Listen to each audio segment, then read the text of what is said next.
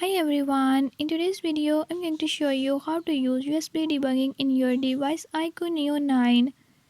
In this video I'm going to show you how to manage USB debugging settings. Before I start, if you are new to my channel, don't forget to subscribe and hit the bell icon.